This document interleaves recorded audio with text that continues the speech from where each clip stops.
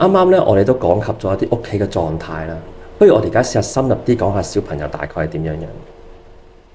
因為阿仔而家可能有懷疑有自閉症啦，仲有發展遲緩，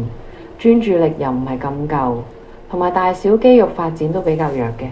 所以面對咁多問題嘅時候，我自己真係有啲迷茫咯。其實我對 SEN 呢方面都唔係好熟，又唔係好知點樣去幫佢，有時做嘅嘢都唔知係啱定唔啱，所以成日都會覺得好驚做錯咗嘅，或者幫唔到嘅咁樣。啱啱提及小朋友嘅時候啦，家長咧可能腦海有唔同嘅想法啦，有唔同嘅感受啦，甚至一啲畫面嘅出現，呢啲咧都係家長咧面對小朋友嘅時候咧都會經歷嘅嘢。啱啱啦，好奇嘅一個位咧係啱啱家長講咗驚嘅感覺，驚咧大家都可能有唔同嘅演繹。我好想知道，好奇嘅係咧家長驚嘅第一視覺，其實嗰種感受大概係點樣樣㗎？有時因為佢真係好固執，而我自己又唔肯定自己堅持佢哋係咪啱。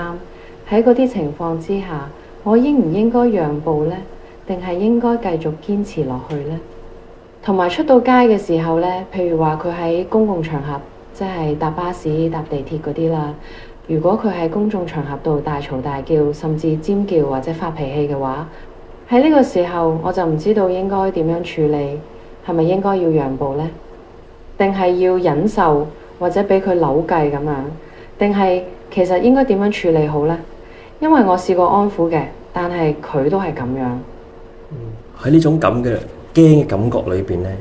有唔同嘅想法咧，好似有啲唔同嘅拉力拉住你去唔好做一啲嘢，亦好擔心自己做唔到一啲嘢。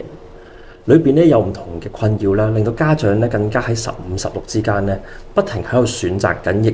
好無力咁樣，有時企咗喺度。